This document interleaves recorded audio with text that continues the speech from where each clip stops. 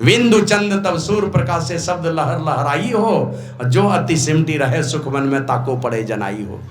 किसको दिखलाई पड़ेगा? जो समेट समेट करके गुरु के युक्ति से अपने को सुषुम्ना में समेट समेट करके लगाएगा, उनको दिखलाई पड़ेगा।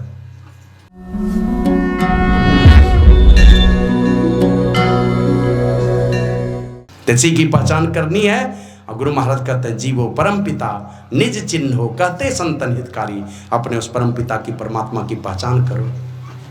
यमराज उपदेश करते नचिकेता को, अशरीरम शरीरेषु अनवस्थितम महानतम विभुमात्मानम मत्वा धीरो न सोचते। जो धीर पुरुष होते हैं ना, वो शोक नहीं करते हैं, माना शोक रहित हो जाते हैं। कौन? तो कहते हैं जो शरीरों में शरीर रहित है, आत्मा, माना शरीर में रह के भी शरीर से अलग है वो आत्मा। और अनवस्थित अवस्थितम, अविनाशी तत्व में भी विनाशी में अविनाशी तत्व परमात्मा आत्मा है, और इस शरीर में शरीर रहित वो आत्मा है। अनवस्थित अवस्थितम और महानतम विभुमात्मानम, उस महान और सर्वव्यापक आत्मा को जानकर बुद्धिमान पुरुष शोक नहीं करता। माना जब तक उस आत्म तत्व को नहीं जानेंगे, उस परमात्मा को नहीं पहचानेंगे, उस ब्रह्म को नहीं चिन्हेंगे, सबसे बड़ी चूक हो गई अगर यही काम छूट गया तो। और उसी को जानने के लिए काकभूषुंडी जी एक सिद्धांत दिए कि बारी मथे गिरत होय बरु, सिकता ते बरु तेल, बिनु हरि भजन न भवतरिया। यह सिद्धांत अपेल, यह अटल सिद्धांत है। और इतनी शक्ति है उस परमात्मा को कि मस्कई करई विरंची प्रभु अजय मसक्तेहीन। मच्छर को ब्रह्मा बना सकते हैं, उनकी मर्जी है। राजा को भिकमंगा बना देगा, भिकमंगा को राजा बना देगा। मच्छर को ब्रह्मा बना देगा, ब्रह्मा को मच्छर से तुच्छ बना देगा। अस विचारित जी संशया राम ही भजय प्रवीण। ऐसा विचार करके जो बुद्धिमान चतुर प्राणी होते हैं, वो महापुरुषों के संगति में जाकर बैठकर विचार करते हैं। आए हो तुम कहाँ से, जानना है फिर कहाँ, इतना सा ही विचार लो, बस हो गया भजन। कहाँ से आए हैं, कहाँ को जानना है, और करना क्या था इस संसार में आकर के।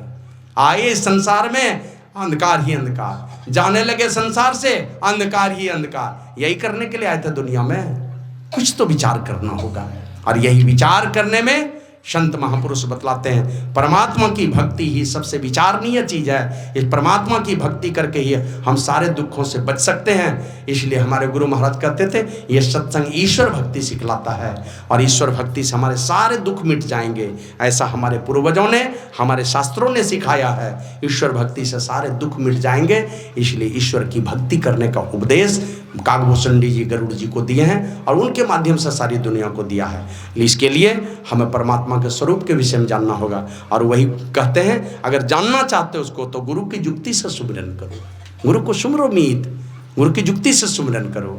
और सुमिरन की श्रेणी में ही उसी के अंदर में ये क्या कहते हैं, ये इतना बड़ा, जैसे एक बहुत बड़ा घर होता है उसमें कुछ भी घुसा दिए सब हटता चला जाएगा। उसी प्रकार ये सुमिरन क्या है, तो बाबा कबीर कहते हैं जब तब संजम साधना सब सुमिरन के माए। जब ये क्या है, तो गुरु महाराज कहते हैं सारे मंत्रों का जो राजा है, जप तो 3 प्रकार के, लेकिन उनमें जो सारे मंत्रों का राजा है वो गुरु प्रदत्त मंत्र का अगर जप हो तो गुरु जाप जपन साचो तब सकल काज सारणम। सारे कार्य का निस्तार करने वाला है गुरु मंत्र का जप। और रामचरितमानस में तो लिखा है ब्रह्मा विष्णु महेश समेत सारे देवी देवताओं को बस में कर लेगा अगर गुरु प्रदत्त मंत्र का जप करते हो तो। मंत्र परम लघु जासु बस विधि हरि हर सुर सर्व महामंत्र गजराज का बस कर अंकुश कर। दूसरे जगह लिखते हैं सर्व क्षण गुरु मन जो में ही रहे, लगे रहिए। मन में किनको डेरा दे दीजिए, सर्व क्षण गुरु मन, अपने मन में गुरु को डेरा दे दीजिए। चाहे जप करते रहिए कि मानस मूर्ति का ध्यान करते रहिए, अपने मन में डेरा दे दीजिए गुरु को, तो निश्चय निर्वाण हो, निश्चित रूप से मुक्ति हो जाएगी। संत सबू कहे हो, सारे संतों ने कहा है। तो जब सारी सिद्धि, सारे देवी देवता ब्रह्मा विष्णु महेश समेत सारे देवी देवता को बस में करने वाला है। और जो जितना जपेगा उनका उतनी ही पूंजी बनेगी, उतना ही कल्याण। और गुरु महाराज तो कहते हैं तो ही छेड़ेगा न काल, तुमको काल भी छेड़ने नहीं आएगा अगर गुरु मंत्र को जपते रहोगे। और दुनिया में जितने विघ्न बाधाएं हैं ना, जितना तंत्र मंत्र जंत्र जितनी शक्ति लगा दे कोई, जो गुरु प्रदत्त मंत्र का जप करता रहेगा कोई तंत्र मंत्र जंत्र उनके ऊपर चलने वाला नहीं है। तो जप कीजिए। फिर है तप। तप दुनिया में जितना तरह का आप जितना व्यवसाय कर ले, जो कुछ भी कर ले, पता नहीं एक चीज मिलेगा तो दूसरी चीजें मिलेंगी कि नहीं, लेकिन तप एक ऐसी क्रिया है जो चीज चाहेंगे वही मिलेगा। आज तक इस धरती पर जो कोई आया, जिसने भी तप किया, जो चीज चाहा वही पाया। हमारे यहां तप में क्या आता है? गुरु के काम में अपने शरीर को लगा के रखना शरीर का तप है। गुरु के काम में शरीर को लगाना शरीर का तप, बुद्धि को लगाना बुद्धि का तप, अपने मन को गुरु के काम में लगा के रखना। क्या है गुरु का दिया हुआ काम? यही मानस जाप और मानस ध्यान करते रहना। हमेशा मन में गुरु को डेरा डाल करके रखो, उसको हटने मत दो कभी भी। ये मन का तप है, मानसिक तप इसको कहते हैं। तो तप कीजिए। फिर है संयम। संयम में है पांचों पापों से अपने आप को बचा के रखिए। पांचों पापों से बचाइए और 6 विकारों से, काम, क्रोध, लोभ, मोह, मद, मात्सर्य, इन 6 विकारों से अपने आप को बचा करके रखिए। पांचों पापों से बचा करके रखिए, एकदम संयम में रखिए अपने आप को। और ये जब कर लीजिए, तब कर लीजिए, संयम कर लीजिए, तब है साधना, है ना। यहां से आगे की यात्रा शुरू होती है। आगे की यात्रा में दृष्टि साधन अर्थात बिंदु ध्यान का साधन है और नाद ध्यान का साधन है। गुरु महाराज लिखते हैं, बिंदु चंद तब सूर्य प्रकाश से शब्द लहर लहराई हो, जो अति सिमटी रहे सुख मन में ताको पड़े जनाई हो। तो किसको दिखलाई पड़ेगा? जो समेट समेट करके गुरु के युक्ति से अपने को सुषुम्ना में समेट समेट करके लगाएगा, उनको दिखलाई पड़ेगा। और शब्द महल में सूरत चले तब पकड़ी शब्द की धारा रे, पैठत सुनत शब्द अनहद जो बाजत विविध प्रकारा रे। शब्द महल में सार शब्द ध्वनि जो भवजल कड़िहारा रे, शाही सूरत लगे तासो तब सदगुरु सैन सहारा रे। सदगुरु की कृपा होती है, अंतर में परमात्मा अनहद नाद को सुनता है, आहत ध्वनि को सुनता है, बाद में परमात्मा की ओर से आने वाली अनाहत ध्वनि को सुनता है, राम नाम को सुनता है, सार शब्द को सुनता है। वो ब्रह्मनाद है और उसी नाद को पकड़, उस शब्द को पकड़ करके हमारी सूरत उस परमात्मा को प्राप्त कर लेती है। माना वो शब्द ही सूरत को खींच करके परमात्मा के पास ले जाता है। गुरु महाराज कहते मैं ही हो सकोगे, जाओगे वही पार। चारों जड़ और एक चेतन शरीर के पार चल करके ये साधन करोगे तो हम प्रभु प्रभु हम एक ही वही, द्वंद्व द्वैत रहे नहीं कोई। मैं ही ऐसी आरती कीजिए, भव मह जन्म बहुरी नहीं लीजिए। इस क्रिया में जो प्रवीण हो गए फिर इस संसार में लौट करके आना नहीं पड़ता है।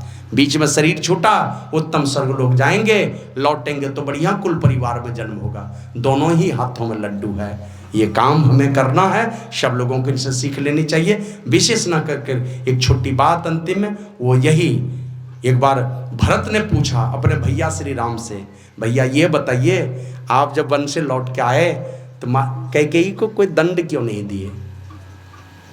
तो भगवान श्री राम कहते भाई भरत, मैं उस माँ को कष्ट दूं, दंड दूं जिसने तुम्हारे जैसे भक्त को पैदा किया है, मैं उनको दंड दूं?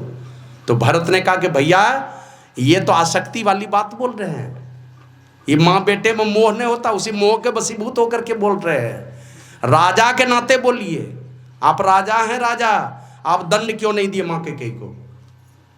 तो वही कहा कि भाई भरत, जिस खानदान में तुम्हारे जैसा कोई भक्त पैदा हो जाता है ना, वो अपने माता पिता और पूर्वजों के बहुत सारे पापों का प्रायश्चित कर लेता है, बहुत कष्ट देता है। कोई भक्ति संसार में आकर के अपने आप को, गुरु महाराज को क्या जरूरी था इतना तपना, अपने आप को बिना स्तुति प्रार्थना किए हुए अन्न जल नहीं ग्रहण करते? क्या जरूरी है उनको कष्ट देते रहे भक्तों के खातिर? जहां तहां दौड़ बैठो।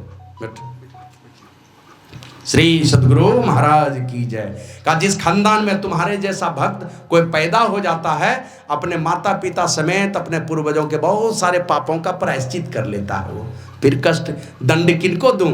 तुम्हारी क्या गलती थी जो 14 वर्ष तक नंदीग्राम में डेरा डाल करके रहे, तपस्वी बन करके ब्रह्मचर्य का व्रत का पालन करते रहे और शरीर को कष्ट देते रहे? क्या गलती थी? और हम लोग अगर जाने प्रहलाद की क्या गलती थी जो हिरण्यकशिपु ने इतना दंड दिया, अब प्रहलाद सहता रहा। तो माता पिता और पूर्वजों के बहुत सारे पापों का प्रायश्चित कर लेता है जब कोई भक्त आता है किसी खानदान में। और ऐसे भक्तों के भक्ति के प्रताप से लिखा है, पुराण पौराणिक चर्चा है, उसमें लिखा है कि जब किसी भी खानदान में कोई भक्त बालक हो जाता है और इस प्रकार का आध्यात्मिक आयोजन कहीं पर होता है, तो यमराज की उपस्थिति में आते हैं सप्त ऋषि और इनके खानदान के जो भी पूर्वज चाहे जिस लोक में पड़े हैं ना, सबको आदर के साथ बुलाया जाता है और बुला करके सारे पूर्वजों को सम्मानित किया जाता है। करेंगे एक माँ के नाम पर, एक दादी के नाम पर, एक पिताजी के नाम पर किसी साधु महात्मा को बुलाएंगे, आध्यात्मिक आयोजन करेंगे। कहते हैं एक के नाम पर करेंगे और सारे पितर योनि में पड़े हुए जहां जहां जिस लोक में पड़े हैं ना, उन सब को बुलाया जाता है यमराज के सामने में। और सप्त ऋषि वहां पर आते हैं और सप्त ऋषि के सामने में उनको सम्मानित किया जाता है, आदर दिया जाता है उनके पूर्वजों को। और लिखा है कि अगर थोड़ा, जैसे कभी हमने बताया था कि थोड़ा नंबर के लिए देखते हैं, सब पेपर में पास है, फर्स्ट डिवीजन का नंबर है, एक पेपर में गड़बड़ा रहा है, टीचर क्या करता था, 3-4 नंबर ग्रेस दे करके उसको भी फर्स्ट डिवीजन हो गया, पास, 3-4 नंबर ग्रेस दे दिया। उसी प्रकार हमारे बहुत सारे पूर्वज हैं पितर योनि में पड़े हुए हैं, वेटिंग रूम में पड़े हैं, मनुष्य शरीर नहीं मिल पा रहा है, वहां से जाना है मनुष्य शरीर में ही, लेकिन कुछ पॉइंट कम हो रहा है। यहाँ कोई बेटा पोता कोई भी बढ़िया कर्म कर दिया उनके नाम पर, बस वो ग्रेस मिल जाता है और उसको मनुष्य शरीर मिल जाता है, पितर योनि से मनुष्य शरीर में चला जाता है। तो इसीलिए शंकर भगवान से पूछा था माता पार्वती ने, सबसे बढ़िया खानदान कौन? कहा जिस खानदान में एक भी भक्त पैदा हो जाए। शंकर भगवान का यही जवाब था, सो कुल धन्य ओ मां सुनो जगत पूज्य सुपुनीत श्री रघुवीर परायण जही न रूपज विनीत। जिस खानदान में परमात्मा के एक भी भक्त पैदा हो जाए, बेटा या बेटी, वो खानदान धन्य है, परम पवित्र है और संसार में पूजनीय है वो खानदान। तो आवश्यकता है कि खानदान में एक भी बेटा बेटी जो भी है, सब लोगों को धर्मात्मा बन के रहना चाहिए, पुण्यात्मा बन करके रहना चाहिए। पुण्यात्मा बेटा बेटी के पुण्य के प्रताप से किसी भी योनि में पड़े हुए, अगर मेरे माता पिता अगर कहीं किसी अधोगति के शिकार हो गए, अगर मेरे ऊपर परमात्मा की कृपा होगी, तब मेरे ऊपर अगर अनुग्रह करेंगे, तब हम कहाँ कहाँ दुखी हैं किस काम को लेकर के, उन सारे दुखों का निवारण होगा। तब मेरी माँ और मेरे पिता भी किसी अधोगति में पड़ के नहीं रह सकते, क्योंकि मेरे जैसे भक्तों के भक्ति में उद्यम हो जाता है, आपके जैसे भक्तों के भक्ति में उद्यम हो जाता है। तो आवश्यकता है खान पान की शुद्धि रखिए, साधु संतों से प्रेम रखिए और उनसे शिक्षा दीक्षा सीख करके आप नियमित रूप से त्रैकालिक संध्या कीजिए, सात्विक विचार में रहिए, संयम साधना में, अपने संयम में, तप में, जप में अपने को बरतते हुए जो अंतिम साधना वो साधना भी करें। लेकिन इन काम में वही सफल हो पाता है जो सदाचार का पालन करता है। जवान लोग ब्रह्मचर्य का पालन करें, जो बुजुर्ग लोग हैं वो 5 पापों से अपने आप को बचा करके रखें। लोक में कल्याण, परलोक में भी आपका भला और सुख शांति में जीवन मिलेगा। यही आप लोगों की सेवा में सुनाया। बोलिए प्रेम से श्री सद्गुरु महाराज की जय। और अंत में मैं उस दादी माँ के लिए गुरु प्रभु से प्रार्थना करता हूँ, यद्यपि को सत्संगी थी, 20-21 मार्च को जो ऊर्जा नगर में सत्संग हुआ, उसमें भी सत्संग में जाके वो बैठी थी, कुर्सी पर अमल चचा ले जाकर बैठा दी और दोनों दिन सत्संग सुनी है, एक पाली रोज दिन सुनी है। तो अंतिम समय तक भी सत्संग की ललक उनके अंदर में थी, सत्संग की लालसा थी, गुरु के प्रति प्रेम था। और देख लीजिए अंतिम समय तक रही, और जब जाने की बारी याद करते, बेटा अब हमारा रमला जाए मन करे, तो आकर के जगह पर आकर के शरीर भी छोड़ी, बहुत ज़्यादा कष्ट झेलना नहीं पड़ा।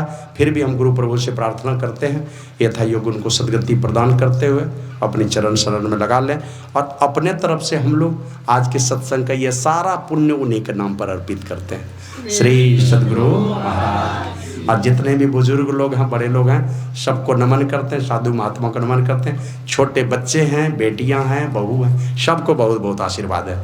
श्री सद्गुरु महाराज की जय।